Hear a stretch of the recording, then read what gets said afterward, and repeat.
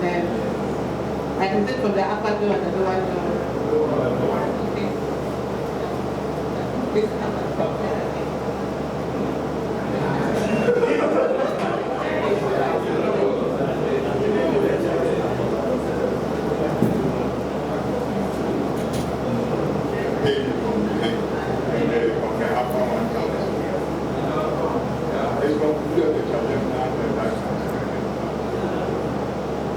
So good morning. Like Edwina said, I'm Dr. Bello. I'm the DNP. When I saw the topic, the foreign bodies in the ear. And I thought there's nothing to say about foreign bodies in the ear because most people will come and say, oh, there's something in my ear. You look, you see something. Yeah, so, but I try to make it broad. So generally, I'm going to talk about foreign bodies in the ENT. Mainly they are straightforward things, but from our end, you need a high index of suspicion for some of them.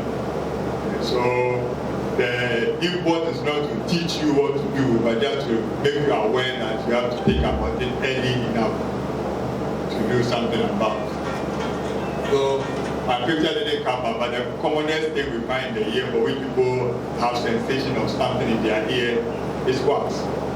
And all of us have one day or the other felt something in your ear which doesn't seem to be shaking away. And the commonest way most people present is either they complain about hearing impairment, especially after a bath.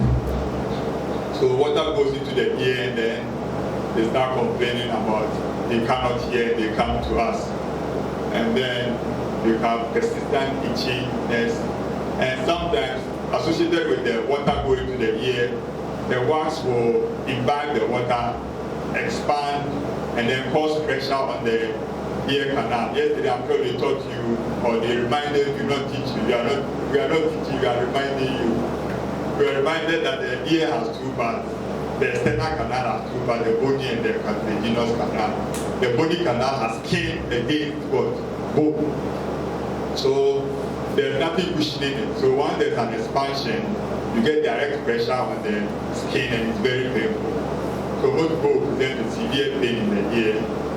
And the treatment is what you look basically you look into the ear, you see the wax. And depending on how dry or how impacted the wax is, you may want to apply some softness to soften the wax and then subsequently have it strained out. The softness basically we use olive oil or with any oil-based material, so paraffin, olive oil. Most people think olive oil is the magic, but no, you just need any fresh oil will do. But olive oil is because everybody says olive oil. Yeah.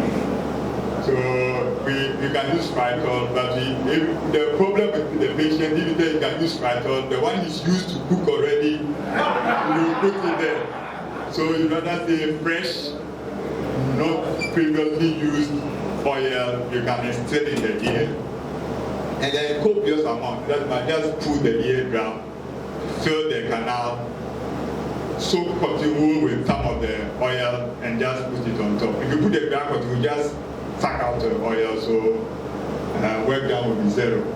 So when this is done, usually about a week, and even sometimes, if you do it long enough, once the oil is soft enough, it will come out by itself.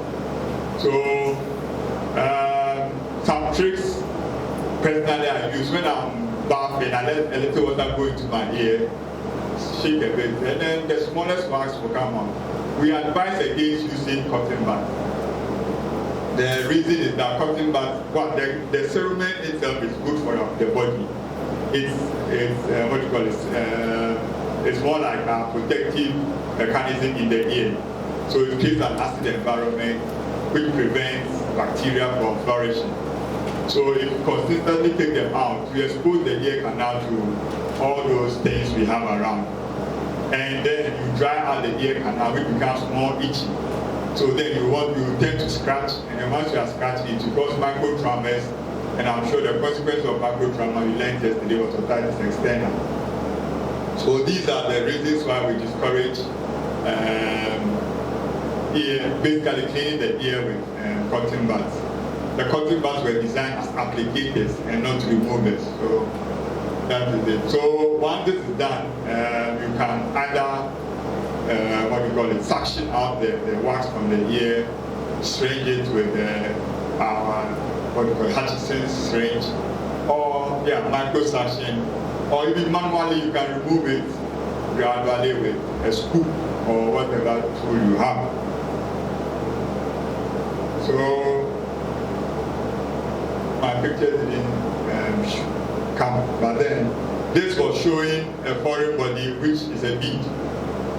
And they'll most of the time they'll tell you, oh, I'll put something in the ear. Or I notice some mothers are very inquisitive. They look into the ears of their children, or they say, oh, they come and tell, oh, my child's ear is smelling. I say, how come you got to know your child's ear is smelling? And they go sniffing the ear. Anyway, that's what parents are for. To be worried about this, they don't have to be worried about. Yeah, so when they come, you just look, you see the foreign body there. And most people are trying to take out foreign bodies. It looks very tempting to take out foreign bodies.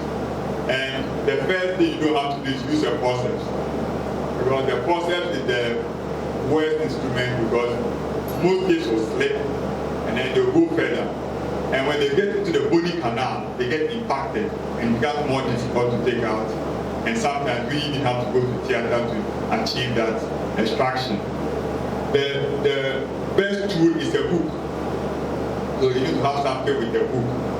A long time ago, I learned a trick where you take this pin clip, paper clip, so you extend it and then you bend the tip a bit. But you have to have a very good light, a very cooperative patient, so that you go behind the foreign body and pull it out. So sometimes if you are lucky and it's a bead, you can get into the hole of the bead and make it easier to come out. But if it's going into the body canal, if you touch the skin of the skin of the body canal, it's very painful, like I said. So one attempt is all you need to make the child distrust you.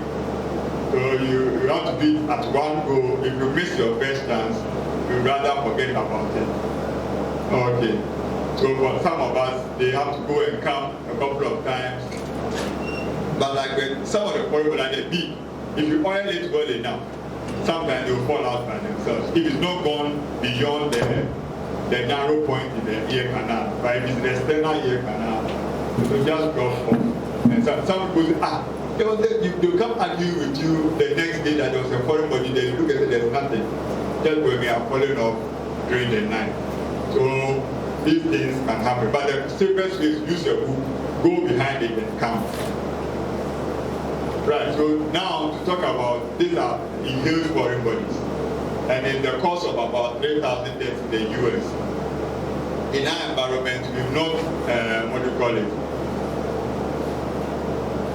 assessed it, because a lot of the foreign bodies die before they get to us. In our hands, we've lost only 2 persons. One on the table, actually 2 on the table, and then we've got 3 persons, 2 on the table, and 1 just as they arrived in front of the ENT clinic, the person died in the ambulance, and they had traveled all the way from Cape Coast to die in Congo. So basically, we don't know how many people died, because most of those who die don't get to us, and those who get to us, most of them will survive. And the peak age is in the year 0 to 4. The reason we all know this age group, they try to, everything they take goes to their mouth. So in doing so, they have a high propensity of putting things in their mouth. They lack the posterior dentition, so there's nothing to protect the teeth. Also, their larynx is high up. If you look into the mouth of any under 4, you are likely to see the epiglottis without effort. And if you press it down enough, you can even see the larynx if you are persistent enough. And then they are neuromusculature too is poorly developed, so they can't coordinate breathing and swallowing. And so that's why it explains the larynx being up. So that the food, when they are swallowing, they don't breathe. And when they are breathing, they are breathing, they don't swallow. So the two cannot go. We can do it with a little effort, but with children, they can't do that. So because of these things, anything that's in their mouth can easily get into the airway. All pictures didn't come. Anyway, so basically these slides are just showing you the anatomy of the nose. From the nose goes to the nasopharynx. The nasopharynx leads into the oropharynx, down to the laryngopharynx or hypopharynx, then into the larynx, and then the trachea, then we divide the first, the right and the left main bronchi. So that's what we are talking about here. Oh, all my pictures are not right.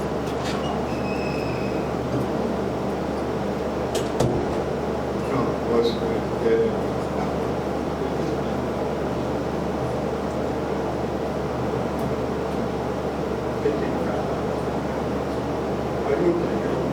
I hope my experience will come. That will be a disaster if the experience will not come.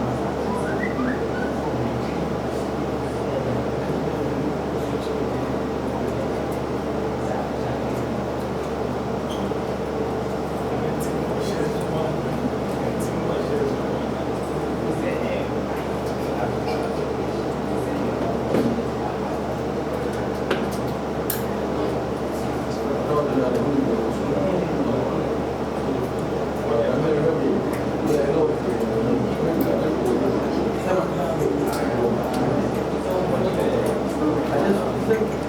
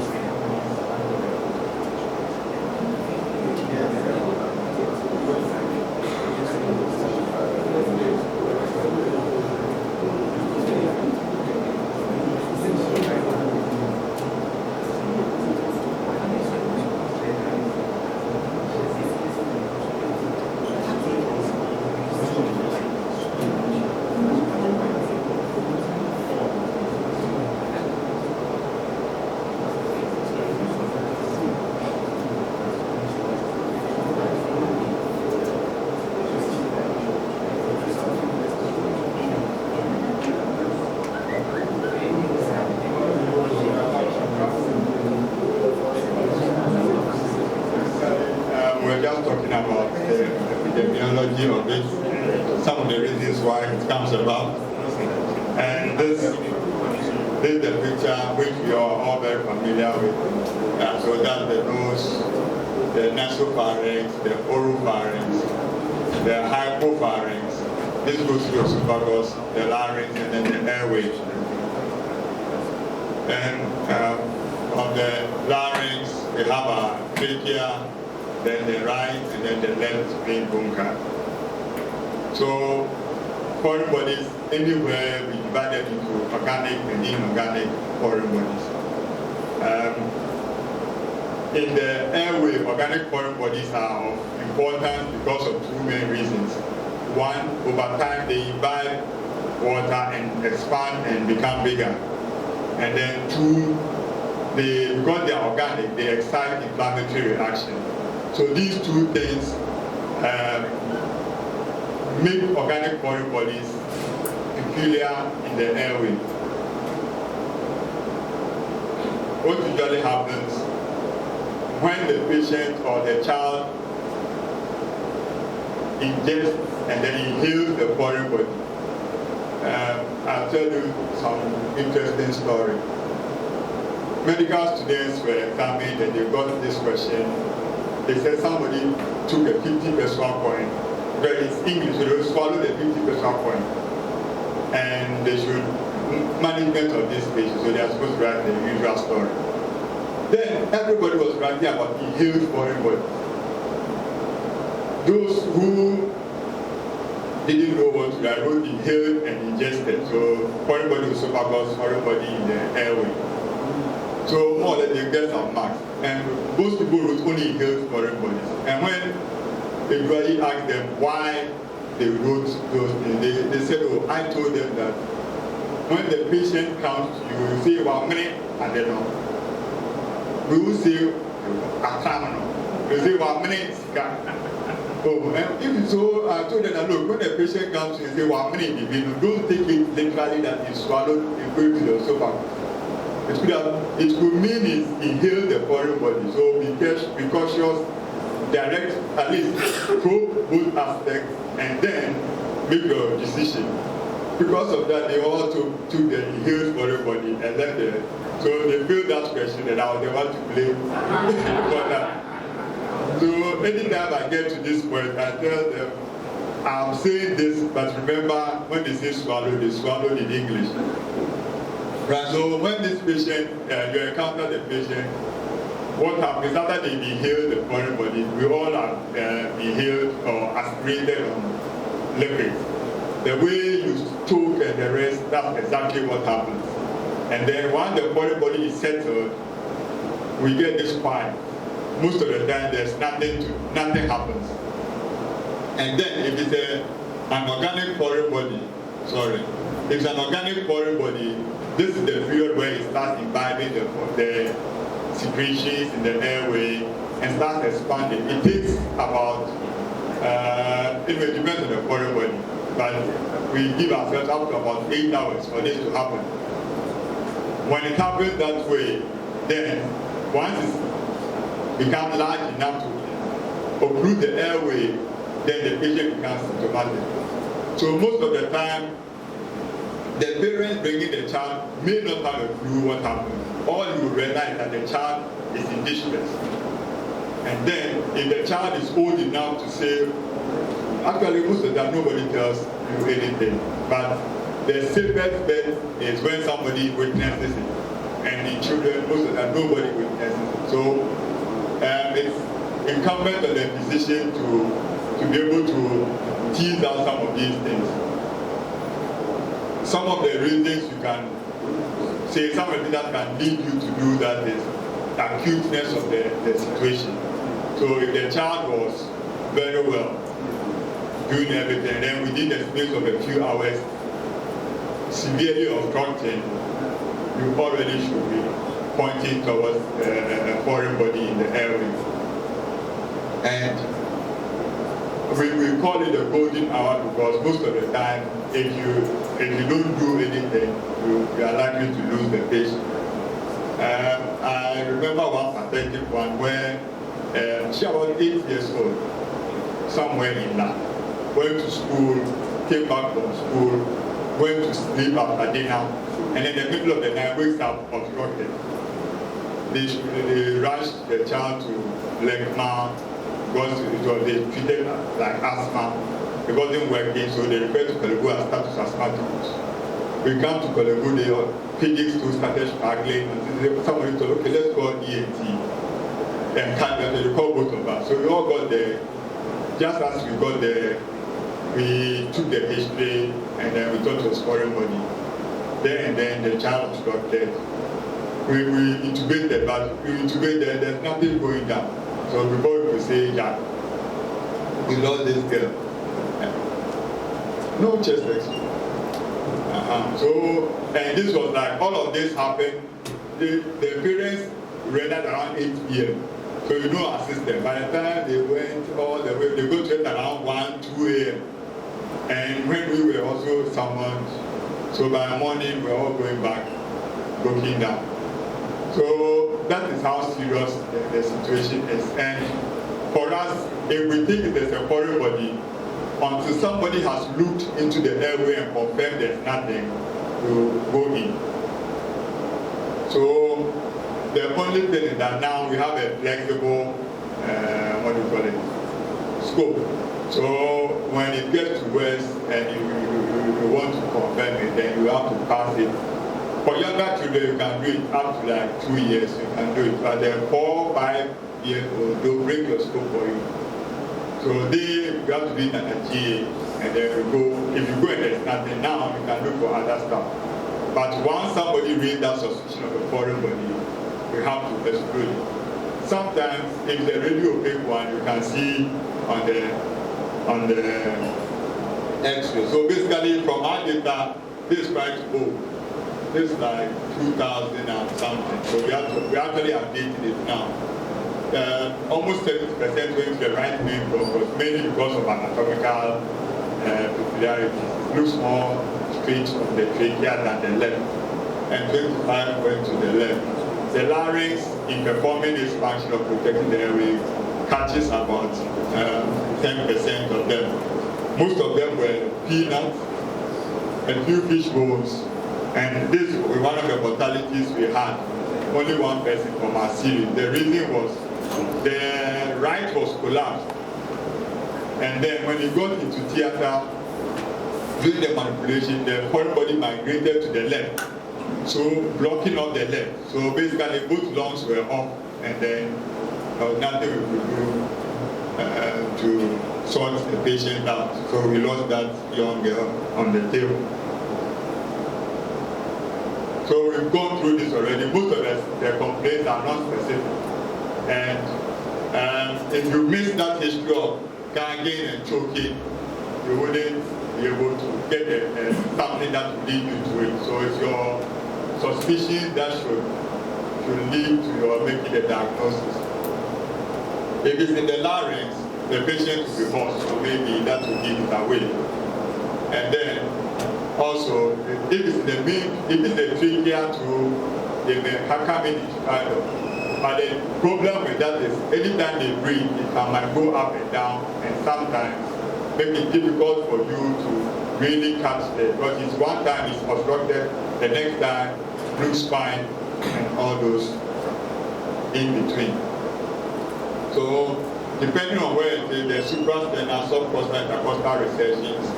On the chest, you can feel reduced breath sounds on the obstructed side. Sometimes, when the foreign body, let's say it's in the right, and we call it the ball valve effect, it allows in air, but air cannot come out. Then you get the emphysema on the side, and then the diasternal shift the contralateral side, which has very normal breath sounds. So then you start to think, how can this be? If it's a radio opaque one, it's easy. If it's a radiolucent foreign body, that's the difficulty. So this is an example. So all this side is gone. So the foreign body is likely to be on this side, because this collapsed, and with the diasternal shift to the left. So we have the left-sided foreign body. I don't think we can see it here. So the findings on the X-ray basically adapt on atelectasis and then mediastinal shift. Over the weekend, we got the patient from Wara and who had inhaled a metallic object which was sitting in the left main bronchus, occluding the airway. Subsequently, atelectasis, and then get the pleural effusion, so they had to pass in the chest tube. So it came to us with the chest tube and the inhaled foreign body. Ourselves and CTU are debating who should go and handle this thing. CTU thinks because it's still in the airway, we should handle it because the chest, they don't think is compromised. That the pleural cavity, they think the reactive, pleural effusion. So when it's drained, we should go and take care of it. So we plan to do it over Friday on an elective list. But otherwise, some of the things they can present also is with pneumonitis, emphysema, most of it because of compensatory mechanisms. So this, I'm sure we all see the foreign body, and it is in the trachea. So how can this foreign body be in the trachea and the patient traveled from the cohort back? So how can somebody survive with this in the trachea? Any suggestion?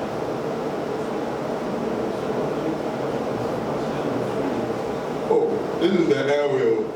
And because of the X-ray, basically is both. Yeah. Sorry. This doesn't look fish. Yes, so the person sack is the chicken. Sack the what do you call it? The bone marrow. So yeah, so that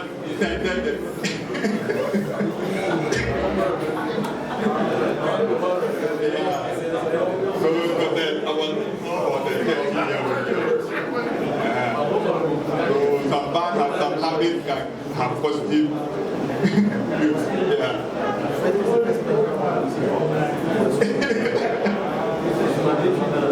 Okay. So this is a common thing we get, especially with our workplace. I'm pretty sure some of us are also in the habit of putting something you are working with in your lip, nails, whatever. And I don't know the story behind this one, but you got a typical story. Either something happens, either somebody calls you. At least the one I remember clearly was a young boy who was asked to hang a picture of something. He was hanging a picture, put the nail in his mouth, and then the table he was standing on gave way. So as he was trying to make sure he doesn't fall, he inhaled the foreign body. And he was afraid to tell the father, so he came to hospital, called the sister, so that the sister would tell the father to come. In the hospital, they don't do anything much to him. Yeah, so these are some of the things that get to us. So this, you can see it in the main bronchus. And this, yeah. So this is one. So this is, you see, you can't see the heart shape. So more or less it is, and then the gastric air bubble. So this is the left side, and all of the lungs is collapsed, and emphysema shifting the foreign, the mediastinum into the left. This same picture, what happened here? The foreign body migrated to the right side. So it can be the foreign body was here, caused this problem, but now migrated to the other side when we were evaluating the patient and the same patient. And this is, sorry, you guys know when it is there, especially these, all of them actually, they cause cough. So when the person changes the body position, it irritates the patient and then you cough. And then once it coughs, and sometimes the cough is violent enough, you can just push it up. And then coming back, it may end up the other side. So that is some of the things we see. With foreign bodies, I like collecting the stories because we had one, these days children have issues with which make a sound when they step, a whistling sound. And this young boy was using one as a whistle to referee a match with his peer. And the ball hit his face with the whistle ending up in his throat. Now he was on the ward, and everybody would say, oh, you're what, dear, no? Then you breathe, and then you me.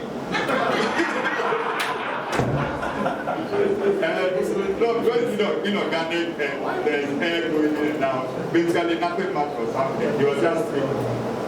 So he earned some popularity amongst the patients on the ward. Until we came along and said, time to take your body out. We took this thing out. The next day, the boy looked depressed. Now, we noticed the boy was suddenly too quiet, withdrawn. Then we were trying to find the reason until we noticed that no, he's lost his life. Star attraction.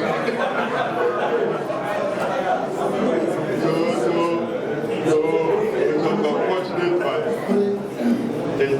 so what do we have here? Who can tell us what to think, where the foreign body is?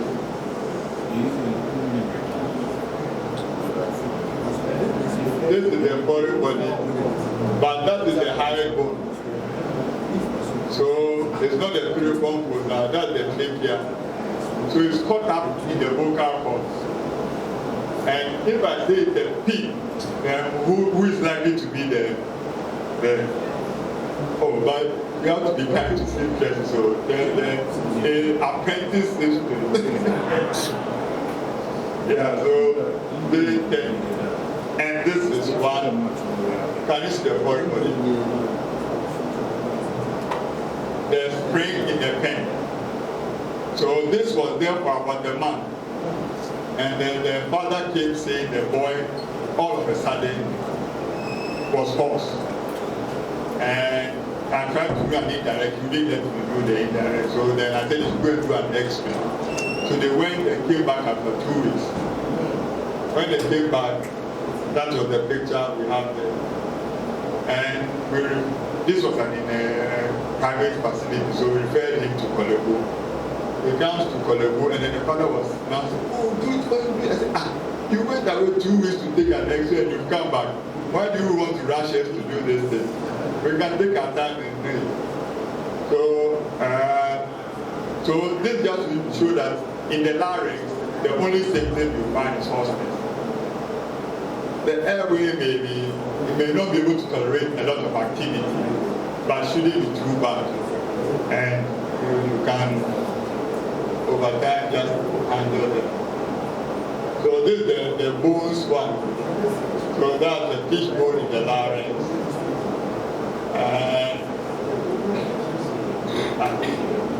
Right, this one is a 6-month-old who had I think a bead in the trachea. So that's a foreign body there.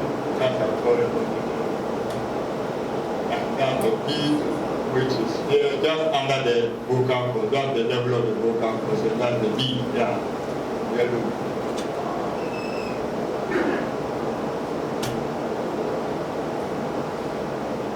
So I just mentioned that we have a flexible laryngoscope, bronchoscope, which helps us when we are, thank you very much.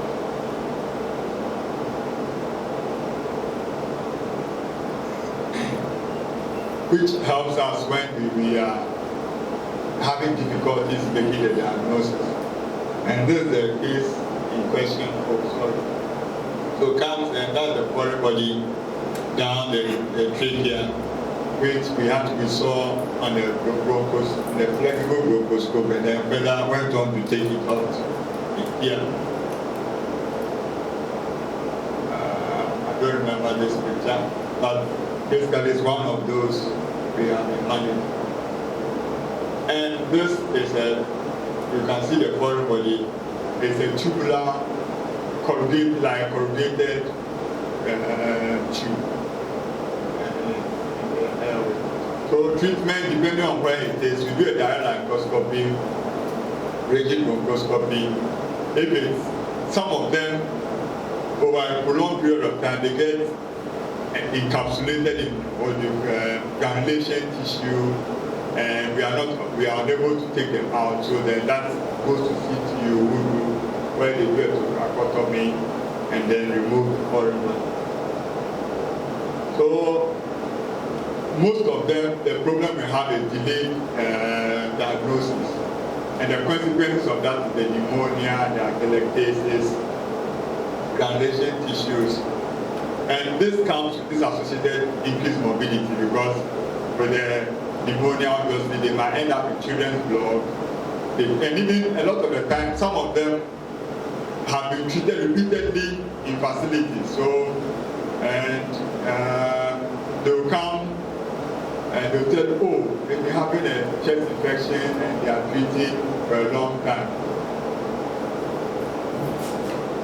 If it's in the main bronchus or the trachea, then there's the risk of airway obstruction and the demise of the patient.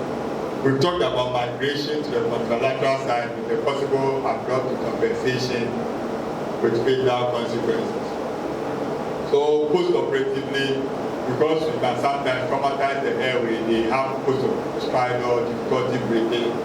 So we have to treat with nebulizers and the line just to and steroids so that the edema and the airway reaction reduces.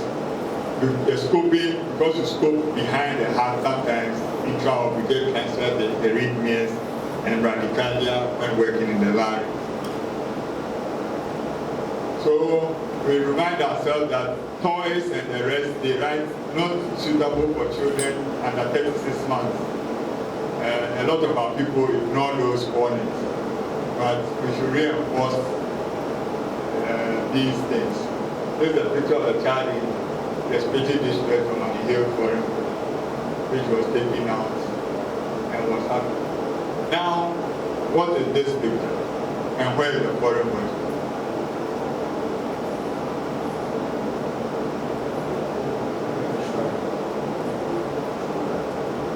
So there's a fish bone, there's a fish hook. So we see the foreign body at the end of this next discussion. So the commonest reason somebody will go to theater today is a coin in the sofa. There's no day goes by when you don't pick a coin. If you don't pick a coin on your duty day, because you had a very good duty day. Basically, we're not called. Yes. But most of the time, we get to, apart from this, the ear and the nose foreign body, those are, we don't count them. But the coins, they take it to theater, so it's a significant job done. Right, so we have two types, the penetrating and the non-penetrating types of foreign bodies in the esophagus. The penetrating type are sharp of the nails, the fish bones. We get this, the clip or the pegs. Those places of the pegs, we get them a lot. And then, obviously, lately,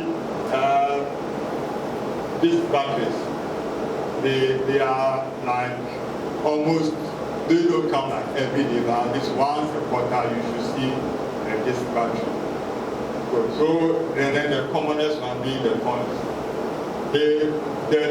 The story is usually straightforward.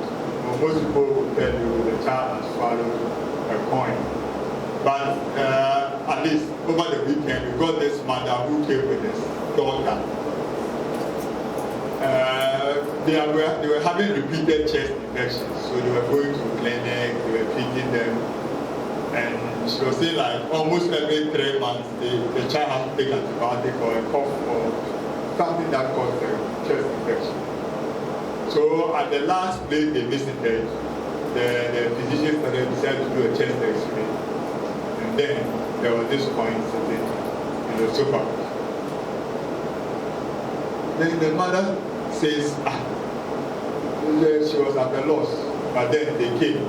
So when our doctor was taking a history, we asked about dysphagia.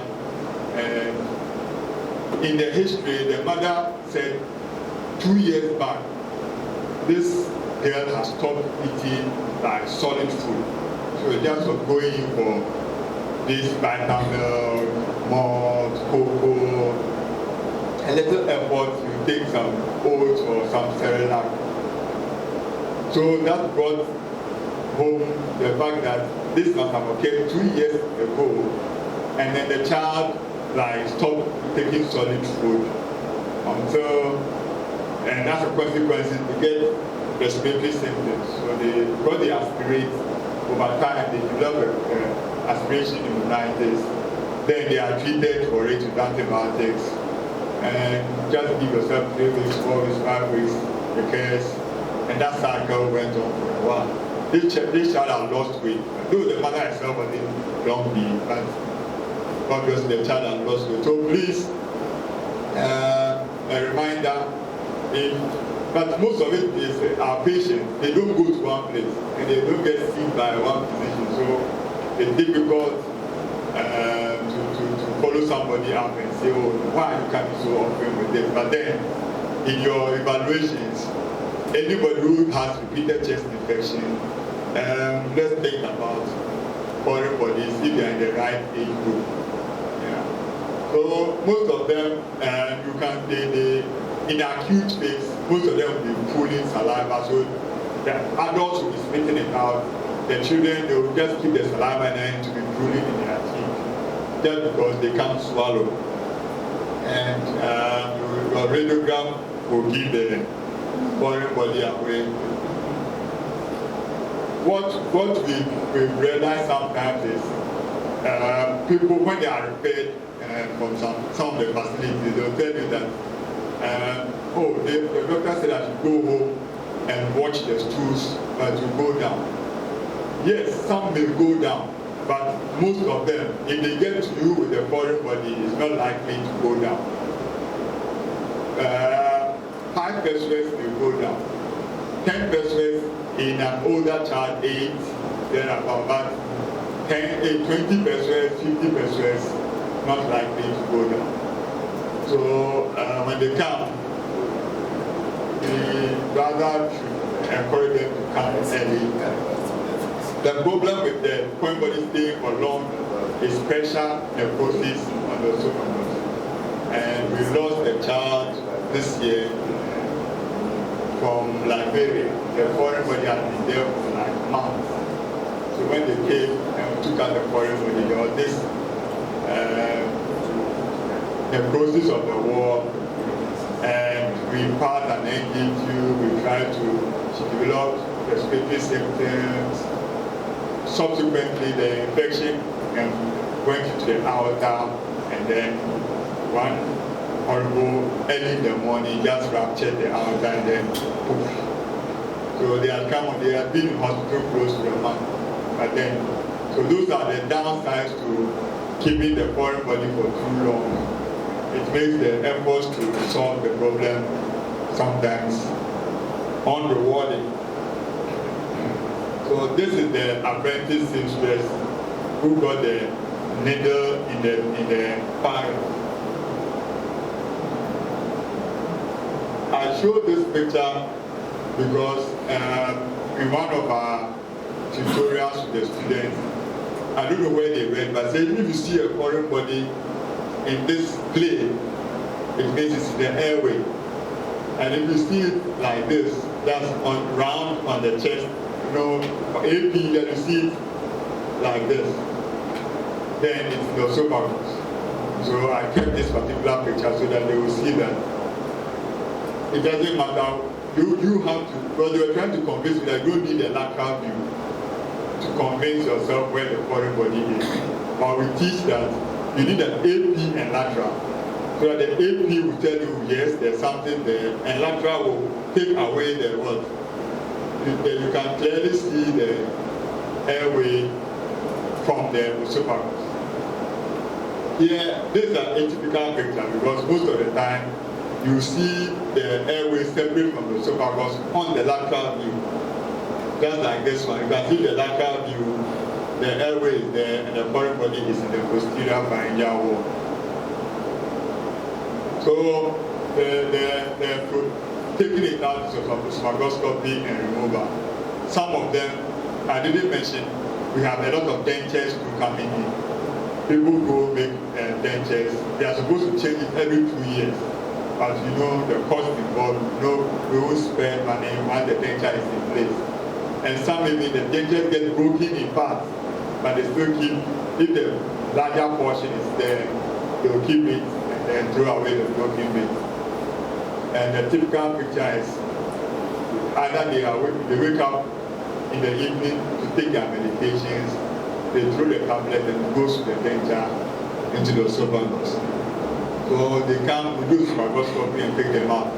Sometimes the general surgeons too can take them out with their flexible scope. So depending on the configuration and how we think it has to be approached, either we take it out or the general surgeons take it out. Complications of this retropharyngeal abscess, the spinal abscess from the child I talked about. Sometimes the form, especially the fishbone. Yes, how many people, what do you do if you eating news feel the fishbone is stuck in your throat? Yes. So the normal thing, I remember telling my mother, oh no, when you swallow a fishbone, you don't have to do it. They said, oh, they were using pepper to rub the neck and it will go down. I said, hey, so I shouldn't bring my doctor into so traditionally we've been doing all sorts of things. But then, for fishbone, if you do that, some you can dislodge if it is like, it's just a tip sitting there, but if it's gone into the tissue, all you just push it further into the tissue. And then it causes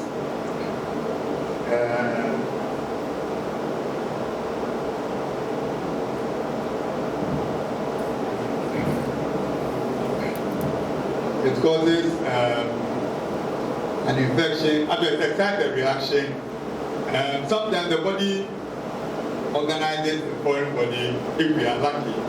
If you are unlucky, then it will cause an infection, spirit, cause an abscess. And we have a very unfortunate story which we always tell ourselves in Kolebu. This gentleman comes from the US. He's been away for like 15, 20 years. First didn't have papers, so he also went to school. When he got to school, he graduated and became a lawyer. He got his papers, so he was coming home to see God. He comes, he gets each bamboo keshito and got the fishbone in the throat. Obviously the bamboo pushed his further.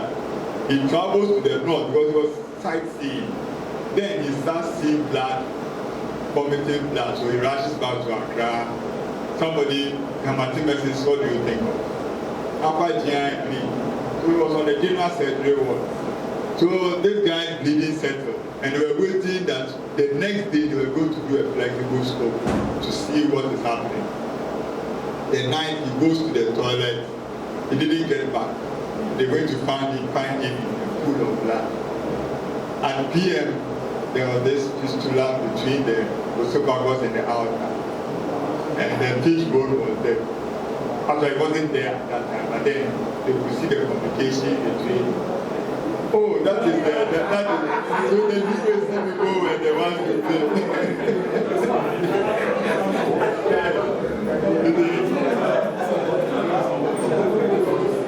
yeah.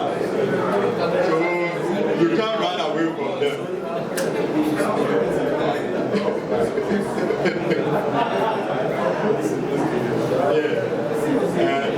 And then we had another one on our ward, similar. She swallowed the fishbone because the retropharyngeal wall developed the retropharyngeal abscess. So we're going to theater to drain it. When we got to theater, it ruptured. before in the corridor in Rapture, so there was no business going to drink and capture. So we sent her back to the ward, and she was doing well. Basically, we were preparing to discharge her home, but obviously nobody saw the bone because it was in the tissues. And they were showing either one of these kukumbada, all those family novellas. She had watched it with the nurses at the nurses' table, chatted with them, got up to her bed. When she got there, she screamed, "Auntie nurse!" And before the nurse could come from her place, she also passed away in a pool of blood. And the fish bone had migrated into one of the major vessels, and she also passed. So fish bones are big issues. Really. And we have to be careful how we relate to them. So that's the retropharyngeal abscess. That's the complication of the procedure. One of the complicated preparation of the esophagus if you don't do it well, or sometimes depending on the type of foreign body. And this is what the first picture I showed you.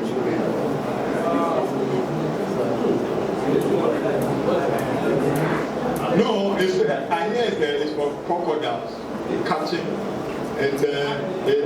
So they oh sorry. So they will put, I think they will thread something here, drop it for the crocodile or whatever. Okay. And boys, they were arguing that if you swallow this, it will come out.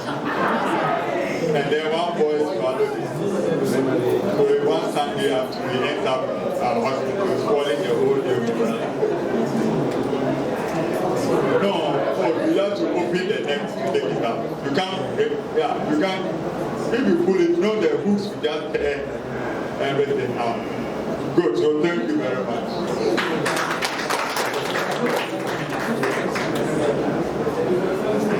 Yes.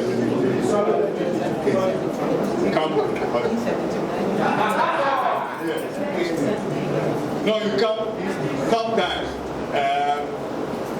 I don't know the frequency, but a lot of the time you just see it in a tonsil and then you pick it up. And during this time, I was at church and talking, guys, so I need to talk to you. So he rushed and then we were talking. He was talking about his ear. Then his son walked by with a unhappy face. I said, is he hungry?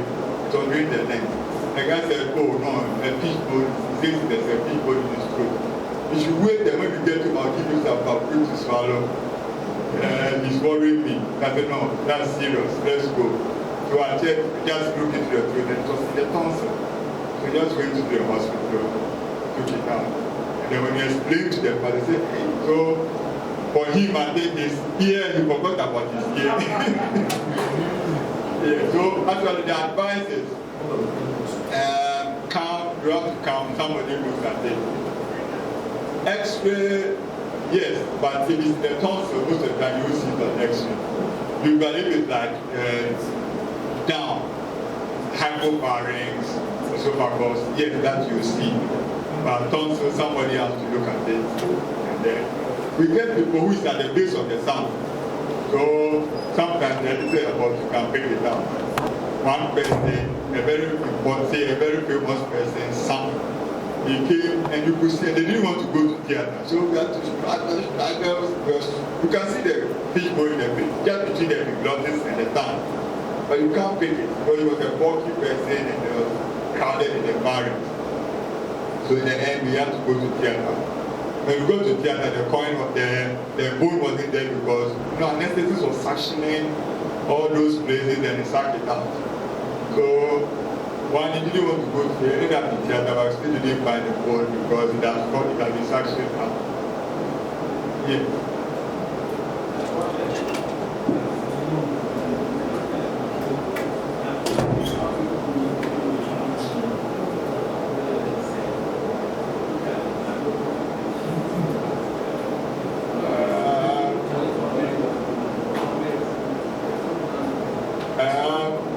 non-invasive, I have no idea what you mean by that. But no, what is being said was for us. Okay. Most of the foreign bodies you don't cut. Actually, all the foreign bodies you don't cut. It's only this. I like seeing stopping boys for very good. Almost all the foreign bodies you go and then take them out. So the scope is a tube. You pass through the mouth and then just go till you get to the foreign body and then take it out. See, like the peg hook, that is a little tricky because of the curved edges. You have to make sure you don't traumatize the esophagus as you come out.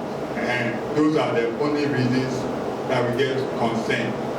Yeah, and there was one which was, I think, stuck in, in the hook, and one of the sides was in the tissue, and extricating it was difficult. So then we had to open and then take it out appropriately, and then make sure there was no defect in the lumen.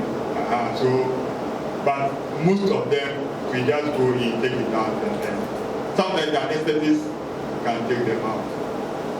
They discourage them, but they always want to. They don't want to. One day, they say once you intubate, it's a full anesthesia, and everybody, emergency time, you don't have time to waste if you can avoid. Yeah. So,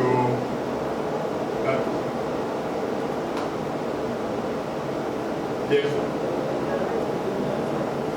yes,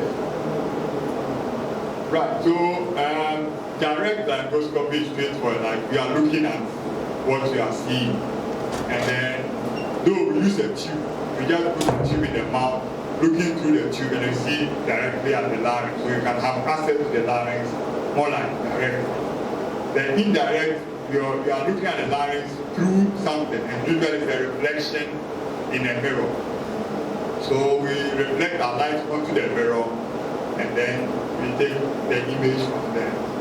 So you can do procedure that way too, but then obviously it's a little bit more cumbersome and a little bit more, you have to be there, a lot of dexterity, you are going there, the diction is here, sort of thing.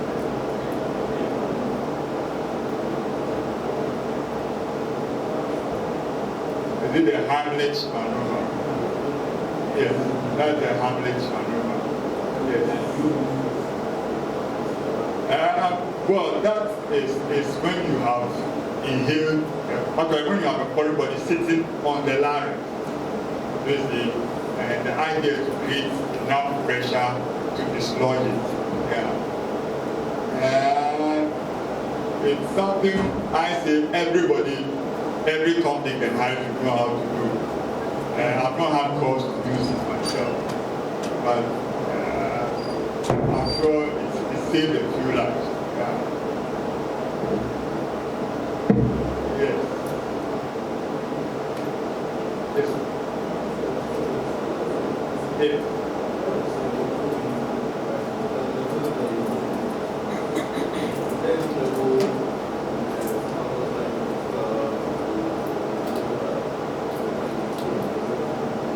Anywhere the esophagus, you have to take it out. If it gets into the stomach, then you can breathe. They basically in the stomach, you have to wait in the stomach. Yes, I forgot to talk about this. I said we are having a high incidence of disc batteries now. All these electronic, the games, they are very corrosive, and they appear like coins. I don't think I have a picture of it, but you have to be able to pick it out on the X-ray. When you take an X-ray, it gives you two concentric circles, one outer and one inner one. And when you see an X-ray like that, that is a disc battery, and it has to come out within 8 hours. Otherwise, we end up having a perforation. And we've had an experience with that where a child they came from Bo. Actually, they went to Bo and they referred to us. So he came, we took out, post-op, the child was fine.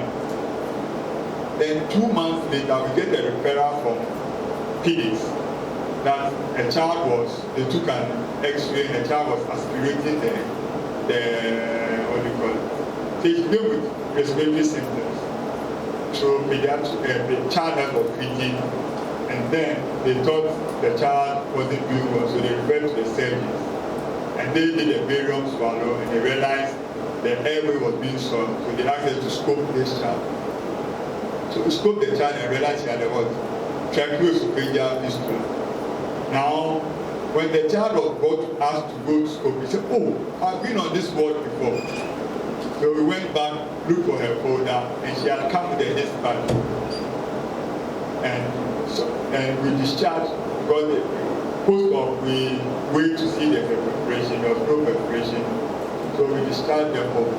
And looks like a month or so thereafter, this child had developed the fistula, and then he developed the symptoms. We brought them to the hospital. So it can be a delayed one. So since then, we see them week, a month, and if we are not happy, we do a barium and a contrast swallow, just to be sure there's no fistula before we discharge them. Otherwise, for the points, once we discharge you, we don't want to see you in a day. So there's unless it's in the stomach, and then, like I think that this, but even if it's in the stomach, we'll ask the pediatricians to scope and retrieve it.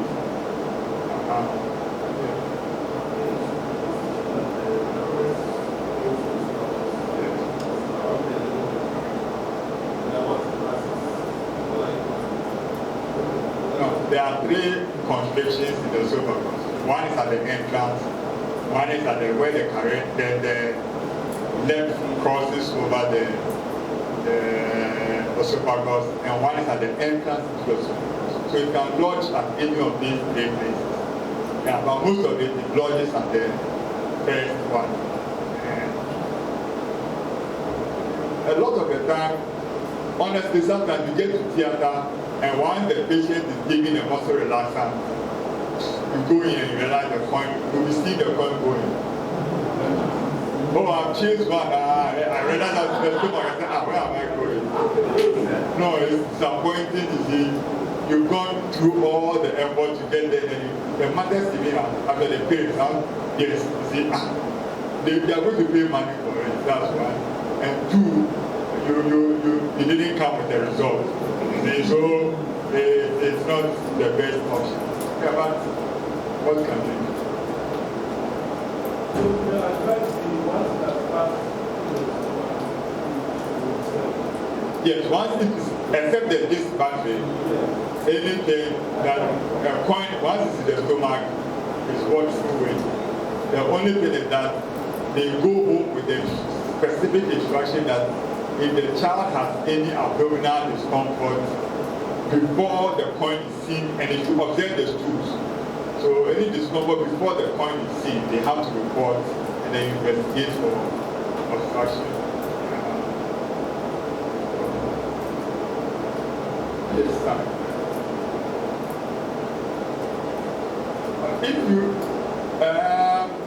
If there's a need for it, in the sense that actually yesterday somebody, one of these WhatsApp things, they said somebody has swallowed the lighter, and then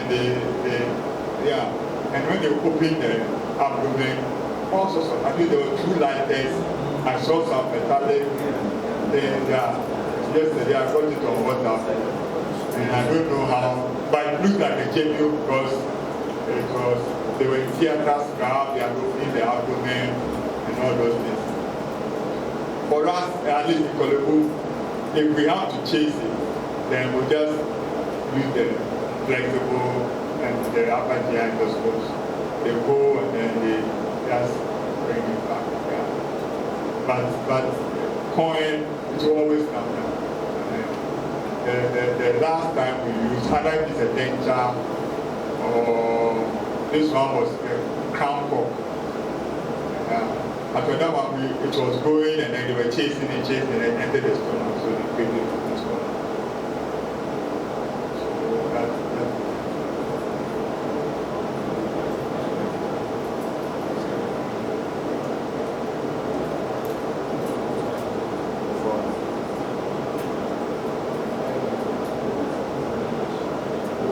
Yes. When was it? Actually, this year we had one for which, like we're saying, there was a suspicion. So this child was quite unwell. So then the concern was you have to be able to convey, so when it was an anesthetist to express. So if you are going in, then you have to have a high index of suspicion, and then what do you call it? Grounds, have good enough grounds to go and do the scope. Though for us, the very fact that somebody thinks there's a foreign body is enough for us to go in. But because the child wasn't too well, we asked for a CT scan. And for this one this year, there was no foreign body, but there was one late last year who had a foreign body, which we went to take out. But then the CT scan has to be, what do you call it, high resolution CT. And the cuts have to be fine, small cuts. Because our people, they use protocols which sometimes some of us argue with them, but they do what they want to do. They just take glass slices and they will bring you about 2 films. When there's the whole help, you take about hundreds of films, they bring you 2 films. So they give you what they want to show you. Some of us doesn't help what we do. And then if you let them know what you are looking for, then they will take fine slices, look specifically for what you are looking for, and most of the time they give you an answer to your question.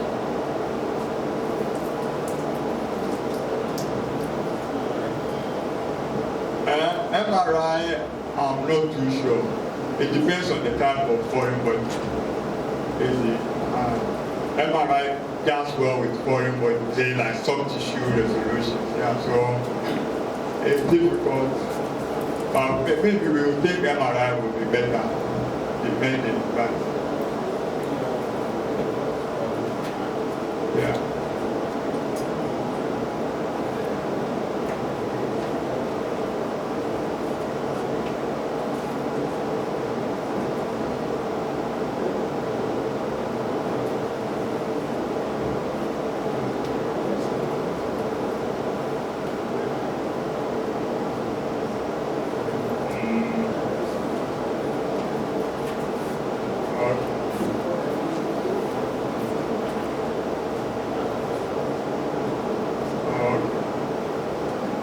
But we routinely, that's what I'm saying, for us, when we're in doubt, you just take your bronchoscope, you just examine all the airway.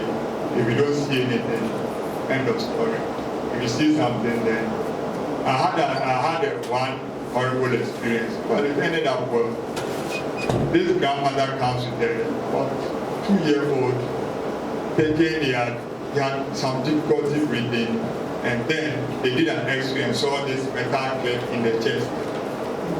So obviously, we think there's a foreign body in the airway. So we go to the right side, we go there, you can't see a foreign body. We did it once, no, we can't see anything. So we came out. Then in the evening, the grandmother called the father. Obviously, you have to report. The father was overseas. Report to him that this is what's happening to the daughter. I said, oh. And the doctors went, they did it. I said, oh. When she was like newborn, she had a problem with in the airway. So they clipped off part of the lobules, one of the lobes of the lungs.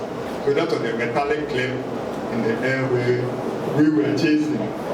So that ended the escape. We just discharged the child home. Yeah, so